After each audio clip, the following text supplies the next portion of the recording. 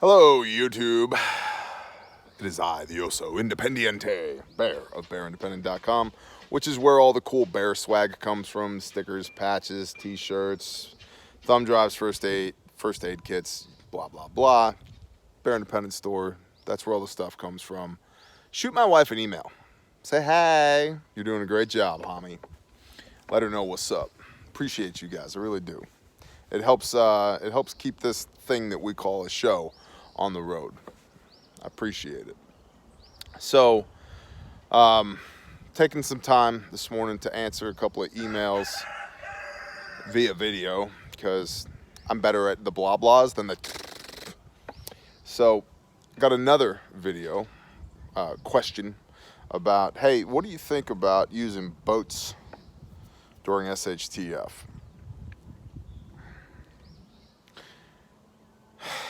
What a loaded question. It's like, hey, what do you think about shotguns for SHTF? It's like, well, it depends. What does it depend on? And now I'm going to get 4,000 angry comments. What do you mean you don't like shotguns for SHTF? I love shotguns. I have several of them. They are in systems. But they have specific uses based upon certain conditions. Boats, first of all, you got to be near water. If you're not near water, having a boat is probably going to be less helpful to you than not having a boat, or if you were closer to water. Also, is that water navigable? And have you navigated it? And I mean done it. Not I have, and listen, you should have maps and a compass and a GPS and blah, blah, blah, and all that for your boat and your navigable waterway that's near to you.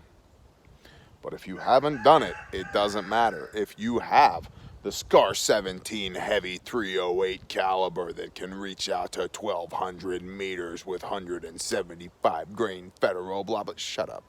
If you haven't shot it, it doesn't matter. If it's not zeroed, it doesn't matter. If you haven't taken a long-range shooting course, it doesn't matter. Unless you can do it, it doesn't matter. We're just getting into measuring contests now. My gun's bigger than your gun. It doesn't matter how big your gun is if you can't shoot it. It doesn't matter how cool your boat is if you can't operate it. It doesn't matter how navigable your waterway is unless you can navigate it. You have to actually do it. So go do it. And then navigate to where? Where are you going? Well, we're going to bug out. To where? Waypoints, spider points. We talked about this in the prepper classroom. Where are you going?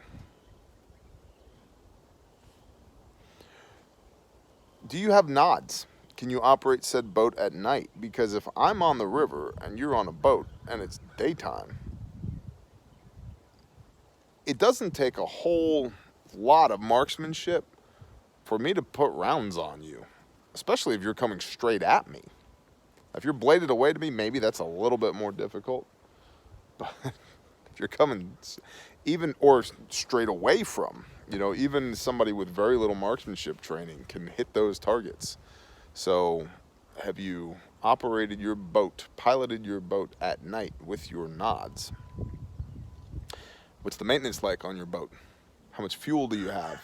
What kind of redundancy do you have for it? Are the batteries up to snuff? When was the last time you cleaned the hull?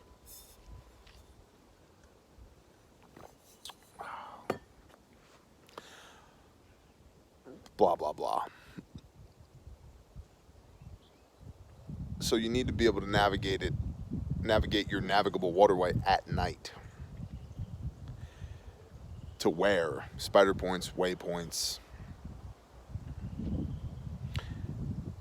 Obviously, those places also need to be accessible from the boat, or you need a place to put the boat in off of the river, lake, ocean, whatever, and then go overland from there to wherever your next place is. Now, depending on what SHTF looks like, this may or may not be a good idea. I can tell you post 9/11, there were nuclear-capable submarines in the Hudson River around Indian Point Nuclear Power Plant, just north of New York City, and there were F-15s on station as well. and nothing moved up and down the Hudson River. Nothing. So you weren't going anywhere in your boat. And it didn't matter even if you did have your nods and you went out at night. You were going to be scuttled, bro. About that quick. Same thing happened with the Port Authority. Nobody was going in and out of the ports all along the East Coast around New York City. Everything was shut down. Nothing moved. So the idea that, well, I'm just going to get in my boat and I'm going to go, well, it depends on what SHTF looks like. If it's a large-scale terrorist attack and the nation goes into lockdown, you're not moving without painting a giant target on yourself. That's not wise. Which, therefore, again means that you ought to live in a place that does not require you to bug out in the first place. So if you need to move from your primary location to a secondary, tertiary location via boat, okay, that is a decent argument. But if the scenario we're talking about is something terrible happens and I'm going to get in my boat and go, probably not necessarily a good idea. Now, what about something like the Cajun Navy and the swamps and the bayous down there? That could make a lot of sense, because those guys and girls, that's a way of life. That's what they do. It's also something to think about. It's a commonality there. It's nothing to have a 14-foot aluminum john boat and just,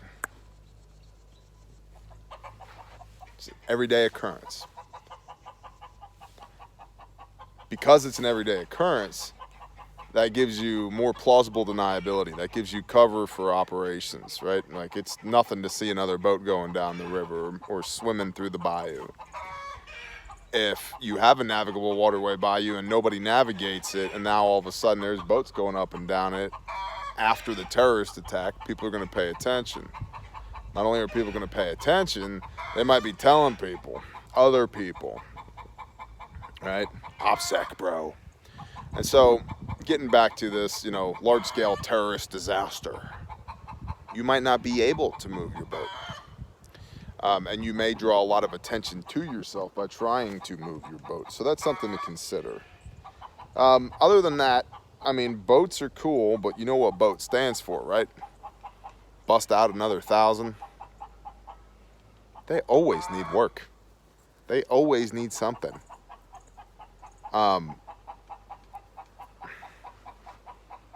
There's always something wrong with a boat. Or the tire on the trailer's flat. Or, man, I just checked that prop 2 weeks ago and now the bearing's out of it. Or I swear that fuel bladder was full and now it's not. Or the little spring on this action arm on the carburetor was there yesterday and now it's not. And it's like, there's always something. Bust out another 1,000. Wet dock, dry dock, where? Who's doing that? What, all of that.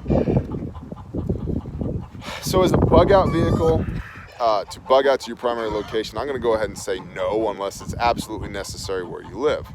As a secondary, and of course, huge caveat, it might be the only way that makes sense for you in your specific situation, but in generalities, probably not. For overall usefulness post-SHTF, once a semblance of normalcy returns, I think so, yeah, especially if you live in an area where it's common to see people coming and going on the river. Sure thing. Sorry for the wind, I'm not in charge of it. But it is a beautiful day, so I'll take it.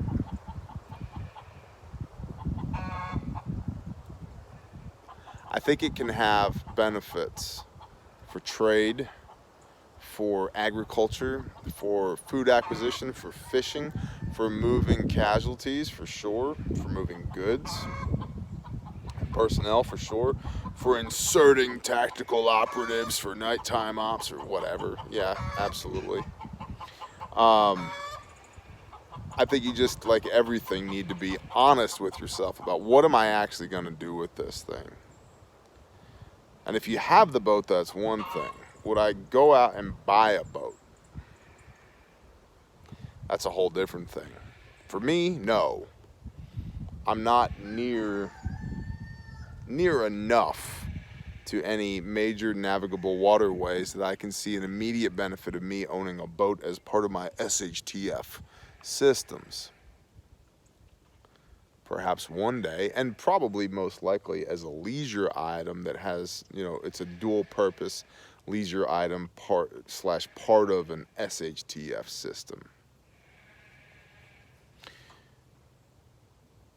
Because if you're going to throw that money at a boat, but you don't have at least a year's worth of food put up, but you don't have medical equipment and the training to use it, and you don't have energy independence from the grid, which is probably going to go down and be the #1 disruptive threat of all time in mankind, if you don't have a robust garden, if you don't have your livestock spun up, if you don't have your land that you're living on, if you haven't already come out of her, my people, if you already have terrible population density and you're not working to do anything to fix that, would I throw a bunch of money at a boat?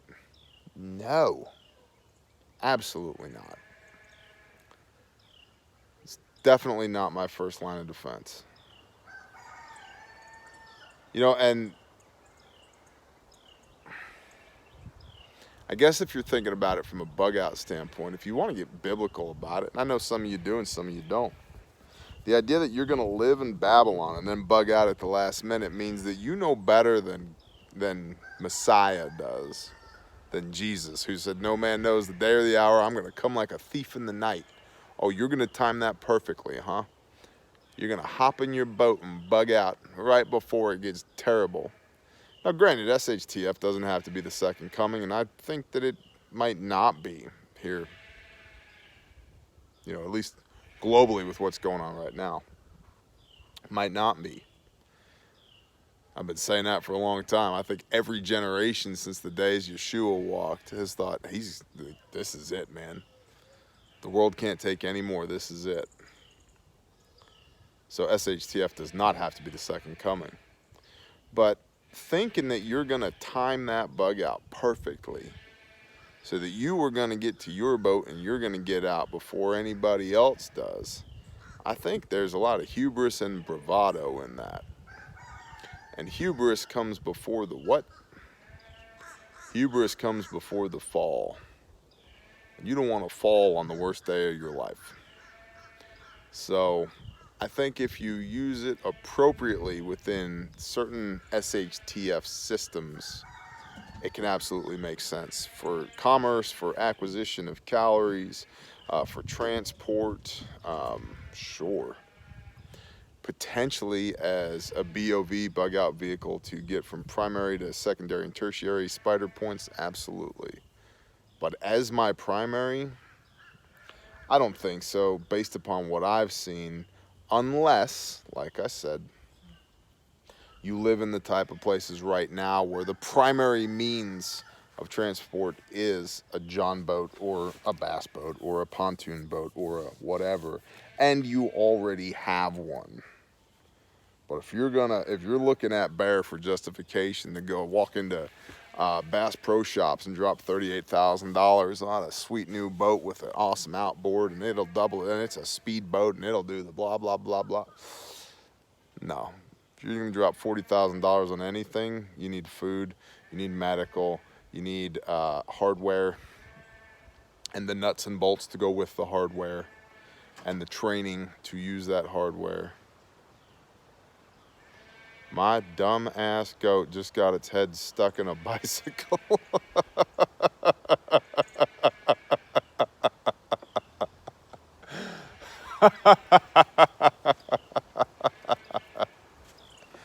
Hashtag homestead. And scene. So if you're going to drop money on anything, drop it on things that matter and that have a much higher probability of being useful than potentially a boat. Thanks for being here, Bear Nation. I appreciate you, boys and girls. I really, really, really do. If you want to support the show, click the baby bear. Come see us on Patreon. $1 or more per month. 24 exclusive pieces of content per month. Patreon is the economic engine of Bear Nation. We appreciate our patrons deeply. We could not and would not do it without you. Shalom, y'all.